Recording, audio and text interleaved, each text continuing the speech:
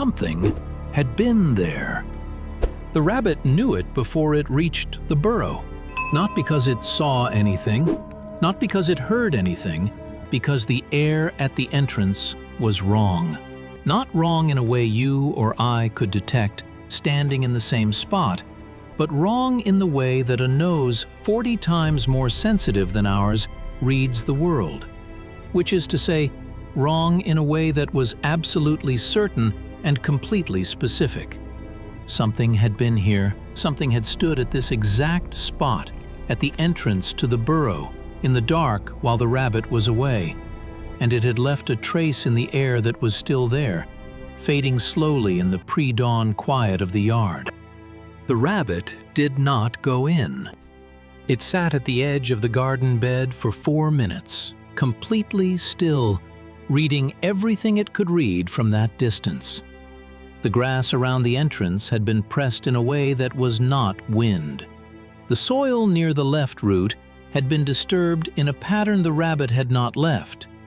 And underneath all of it, underneath the smell of damp earth and late-season grass and the familiar interior scent of its own burrow drifting outward, there was something else. Something animal. Something that had no business being this close. This was the 3rd night in a row. Welcome back. What I am going to describe to you today is one of the least understood and most psychologically revealing things that happens in the lives of the wild rabbits sharing your yard. We talk a lot about predators approaching rabbits, about the dramatic moment of threat and flight. What we talk about almost never is what happens before that. The slow accumulation of evidence, the nightly return to a place that is increasingly compromised. The way a rabbit's behavior changes, systematically and measurably, when something keeps coming back to the same ground without ever fully showing itself. Stay until the end. Because what is visiting this burrow every night is something that will surprise you, and what it reveals about how rabbits experience fear is something that will change the way you watch them in your yard. To understand what this rabbit was experiencing, you need to spend a moment inside its sensory world, because the rabbit's world is not your world, and the gap between those two experiences is wider than most people appreciate. A cottontail rabbit has eyes positioned on the sides of its head, which gives it a field of vision of nearly 360 degrees. It can see almost everything around it simultaneously, with only a small blind spot directly behind its head. What it cannot do easily is see directly in front of its nose with both eyes at once, which means its depth perception in the forward direction is limited. It compensates for this in low light by relying on movement detection, which is extraordinarily sensitive, and on the other two senses that carry most of the information load in the dark, its ears and its nose.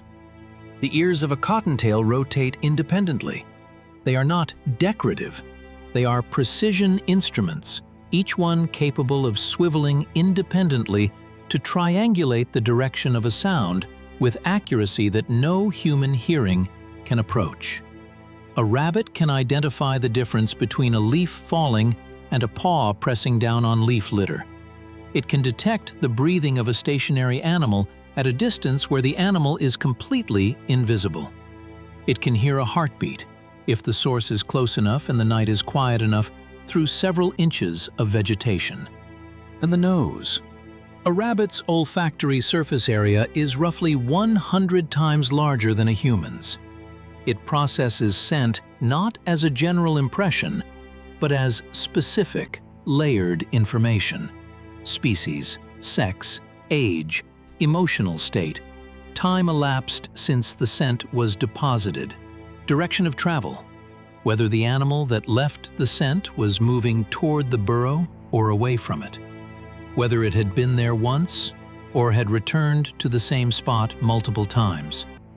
All of this is readable in the air around a burrow entrance if you have the nose to read it. This rabbit had been reading the same story at its burrow entrance for 3 nights. And the story was getting longer each time. Whatever was visiting did not appear to be passing through. It was returning.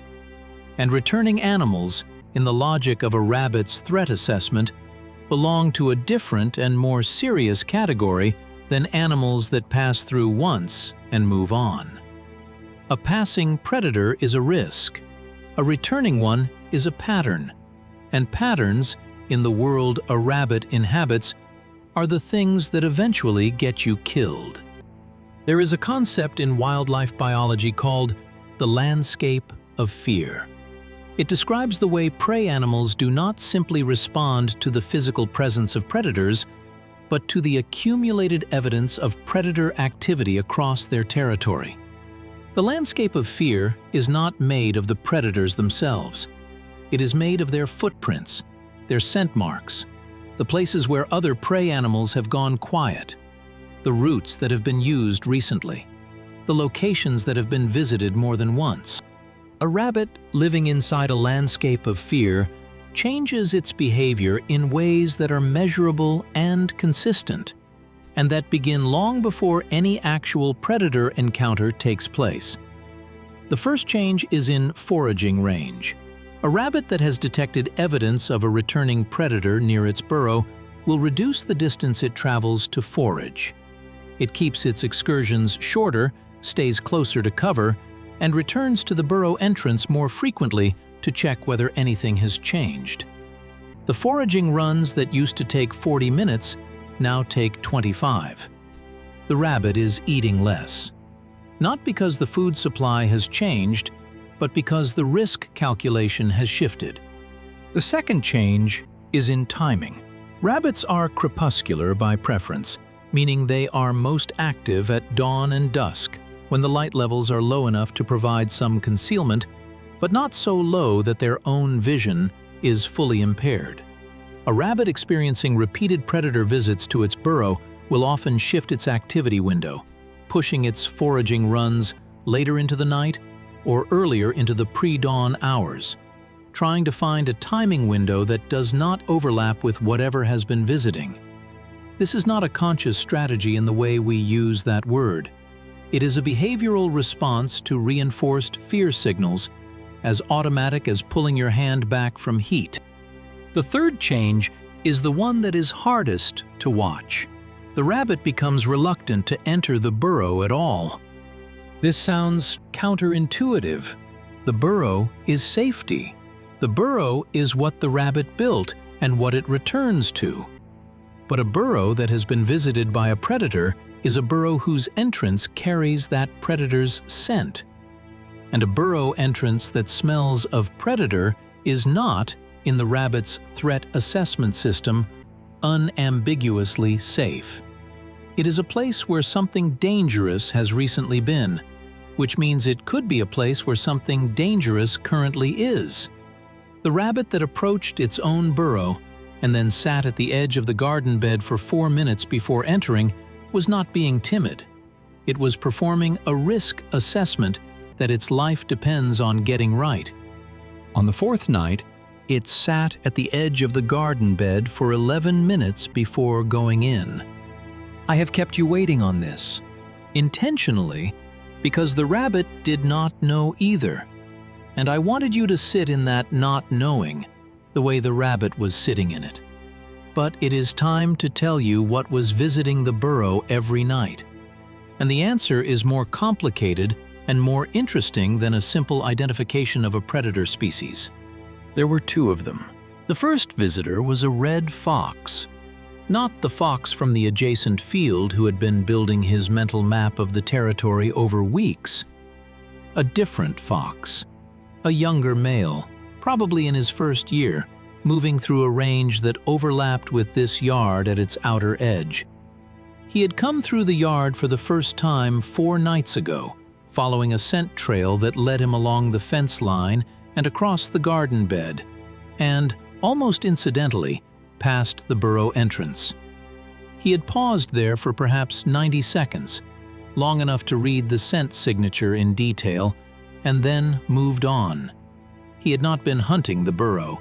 He had simply noted it, filed it away in the way a young fox files away every interesting piece of information in his territory. And then he had come back the next night to see whether anything had changed. The tracks near the left root, the disturbance in the soil that the rabbit had read on the third morning, those were his. Left during a 2-minute investigation on the second night, when he returned and found the scent of the rabbit stronger and fresher than the night before, which told him the rabbit was actively using the burrow. He had circled the entrance twice. He had pushed his nose close enough to the opening to confirm the scent coming from inside. And then he had left. Not because he was uninterested, because he was patient, because a young fox that has found an active burrow does not necessarily act immediately. He observes, he returns, he builds a picture.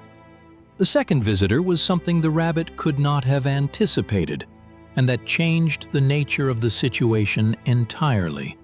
A raccoon, traveling a different route through the same yard, drawn to the burrow not by the rabbit specifically, but by the accumulated scent activity around the entrance, which by the fourth night included not only the rabbit's own scent and the fox's scent from his 2 visits, but the general olfactory signature of an active burrow in a yard with multiple territorial overlaps. The raccoon had investigated the entrance on the third night for 6 minutes, long enough to dig very slightly at the soil to the right of the main opening, which is what had caused the secondary disturbance the rabbit could not account for. 2 different animals, 2 different motivations, both returning to the same spot, both leaving evidence that the rabbit was reading and that the rabbit could not fully interpret because the scent signatures were overlapping and complicated by each other. From inside the rabbit's threat assessment, what it was reading was not 2 distinct visitors. It was a presence that kept coming back, that was getting more active around the entrance, and that it could not identify cleanly or predict reliably. That ambiguity was, in some ways, more frightening than a single identified threat would have been. On the 5th night, the rabbit left the burrow at dusk, as it had always done, moved to the patch of clover at the far edge of the garden, and did not come back. Not permanently. It came back before dawn. But for the 7 hours between dusk and the pre-dawn feeding window, it did not return to the burrow at all. It moved through the yard in a pattern that kept it close to the dense hedge at the northern edge, shifting its position every 20 to 30 minutes, never settling, never fully still. Eating when it found food, stopping, listening, moving again. This behavior has a name in the literature on prey animal psychology. Researchers studying rabbits in high predator pressure environments call it refuge avoidance, and it represents a significant departure from the baseline behavior of a rabbit that feels secure in its territory. A rabbit that trusts its burrow returns to it frequently, uses it as a reset point, touches base between foraging runs. A rabbit in refuge avoidance treats the burrow as a last resort rather than a home base. It stays in the open, or in secondary cover, for extended periods. It trades the security of the burrow for the security of not being in a compromised location. The paradox of refuge avoidance is that it increases certain kinds of vulnerability while reducing others. A rabbit outside the burrow is more exposed to aerial predators, to the cat moving through the neighboring yard, to the random encounter with a threat it did not anticipate. But a rabbit in a burrow with a compromised entrance is one that has cornered itself in a space that something larger might be about to investigate more seriously. The rabbit's nervous system was not calculating these trade-offs in any conscious way. It was responding to reinforced threat signals with the behavioral responses that its biology had honed over thousands of generations of rabbit survival. And those responses said, "Do not go back to the place that smells like danger." At 2 in the morning, The fox returned, his third visit. He spent 8 minutes at the burrow entrance this time, which was longer than either previous visit, and which suggests that his interest was sharpening rather than fading. He circled the entrance 4 times. He tested the air at the opening itself, pushing his nose as close as 18 inches from the entrance before pulling back. He found the raccoon's scent from the night before, layered over his own from the night before that, and over the rabbit's scent from the morning, and the combination of all of it produced something that kept him there longer than a single clean scent would have. He was trying to resolve a complicated picture. He left without resolving it, but he would be back. And for the first time, when he left, he paused at the gate of the garden and looked back at the burrow. Not for long, maybe 3 seconds, but the orientation of that look, the direction of his attention as he stood at the exit of the yard, was not toward the field or the fence line or any of the other points on his usual circuit. It was back toward the entrance in the garden bed, the thing he had not finished thinking about yet. Here is what I find most extraordinary about this story, and it is not the predators. It is the rabbit. Over 5 nights, this rabbit processed a continuously updating stream of ambiguous threat information and adjusted its behavior in response to it in ways that were specific, calibrated, and ecologically rational. It did not flee. It did not abandon the burrow permanently. It did not freeze.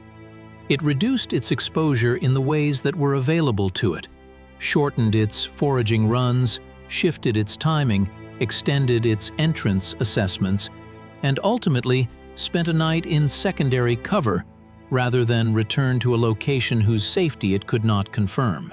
Each of these responses was proportional to the level of threat evidence it was working with. What this looks like from the outside, if you happen to be watching a rabbit in your yard that is doing these things, is anxiety, restlessness, a rabbit that seems more skittish than usual, that sits for longer at the edge of cover before moving, that takes unusual routes back to its burrow, that seems reluctant to enter a space it has always used. People often interpret this as a sick rabbit, or a disturbed rabbit, or a rabbit that is simply being jumpy without cause.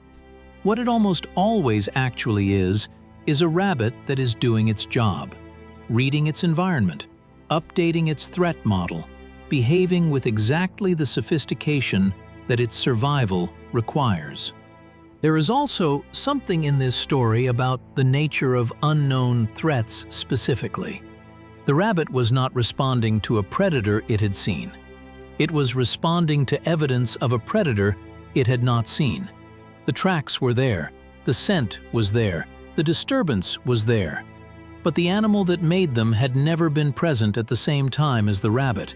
The threat existed entirely as an inference, a reconstruction from physical evidence rather than a direct encounter.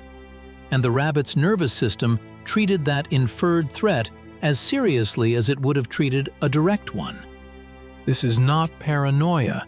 It is epistemically correct behavior. The evidence of a returning predator is genuinely dangerous information, regardless of whether the predator is currently present. An animal that dismisses such evidence because the threat is not immediately visible is an animal that eventually gets caught when the threat becomes visible too suddenly and too close. The rabbit that sat at the garden edge for 11 minutes before entering its own burrow was not being irrational. It was being a rabbit that intended to still be alive next week.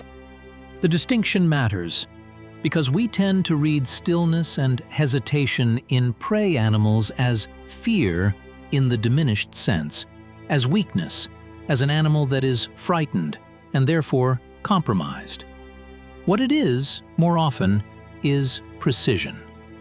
A very small animal in a world that wants to eat it, running its best available threat assessment software on incomplete information, trying to make the right call. The 6th night was the night the pattern broke. Not dramatically. Not in the way that would make a satisfying story if you wanted a resolution with edges. It broke quietly, in the way that most things in the natural world resolve, which is to say by accumulation of small changes that shift the balance slightly, and then slightly more, until the situation is different from what it was without there being a single moment you can point to. The raccoon did not return. Its circuit had moved on, drawn further east by something in another yard, some new food source or interesting scent that pulled its attention out of the orbit of this particular garden bed. The scent it had left at the burrow entrance was 4 days old by the 6th night and fading below the threshold of active threat in the rabbit's reading of the air. One layer of the complicated scent picture at the entrance simplified. Not gone, but diminished. The fox came back, his 4th visit, but this time he came from a different direction, following a different route from the one he had used on the previous 3 nights, which meant his approach carried none of the anticipatory directness of his earlier visits. He crossed the garden at an angle, passed within 15 feet of the burrow entrance, paused briefly, and continued. He did not circle. He did not press his nose to the entrance. He read the scent at a distance and kept moving. Whether the picture had become less interesting to him or whether something else on his circuit had pulled his focus, the investment of attention he had been making at this particular burrow was, on this night, smaller. One night of reduced interest from one of the 2 visitors, a slight loosening of the pressure. The rabbit read all of this. It reached the burrow entrance at its usual time, performed its entrance assessment, and was inside in 90 seconds. Not the 4 minutes of the 3rd night, not the 11 minutes of the 4th, 90 seconds. The threat information at the entrance was still there, still real, still a note of wrongness in the air that would keep the rabbit's alertness elevated for days to come. But the information that the presence was immediate and active and still accumulating had softened, and softened was enough. This is how it usually works. Not a resolution, not a safe ending, not a cleared threat, just a marginal improvement in the information available. A slight reduction in the density of danger signals, enough for the rabbit to make a slightly different calculation tonight than it made last night. Enough for the burrow to be home again, provisionally, with elevated caution for one more night. The fox will come back, maybe not tomorrow, maybe not this week, but his circuit will bring him back to this corner of the yard again, the way it always does, and the scent at the burrow entrance will either be fresh or it will not, and he will either pause or he will not, and the rabbit will either be inside when he does, or it will not. That is the shape of this animal's life, not crisis and resolution, just the ongoing management of a world that is always slightly dangerous and occasionally very dangerous, and that requires constant low-level attention just to navigate safely from one night to the next. I want to end with something that is not about the fox or the raccoon, or even specifically about this rabbit. What kept visiting the burrow every night was not malice. It was not obsession. It was the ordinary operation of a predator's territorial intelligence, the routine revisiting of a promising location, the patient building of a picture that might eventually produce a meal. Nothing sinister, nothing personal, just 2 animals doing the work their biology designed them to do, moving through the same yard, across the same dark hours, following the same logic that every predator that has ever lived has followed. Find the promising places, return to them, see what develops. And the rabbit doing the same thing from the other side, finding the signals, reading them correctly, adjusting its behavior in ways that are small enough to feel trivial from the outside, but that are, in the arithmetic of its survival, the difference between a rabbit that is alive in 2 weeks and one that is not. The 11-minute pause at the entrance, the shortened foraging runs, the night spent in secondary cover rather than a compromised burrow. None of these actions look like heroism, they look like nervousness, but they are something closer to expertise. The expertise of an animal that has been navigating exactly this kind of ambiguous threat for its entire life, in a world that does not give clear answers and does not offer safe endings, and requires you to make the best available call every single night with incomplete information. The yard you look out at in the evening, the one that looks still and ordinary and empty of incident, is running these negotiations constantly. The rabbit under the hedge is reading the air. The crow in the tree is watching the garden bed. The fox at the edge of the fence line is updating his map. None of them are resting the way we rest. None of them have the luxury of assuming that the quiet means safe. They are working, and the fact that most of this work is invisible to us is not because it is not happening. It is because it happens at a scale and a frequency and a level of sensory detail that we were not built to perceive.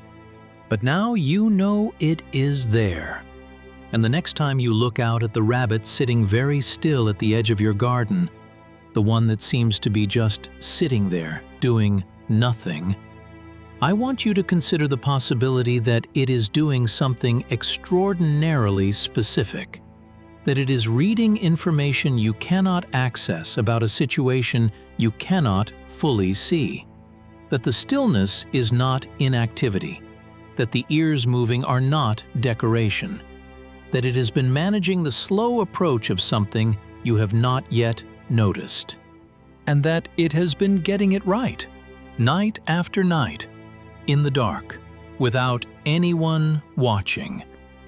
Tell me in the comments, have you ever watched a rabbit or another yard animal doing something that you could not explain at the time, but that makes sense to you now?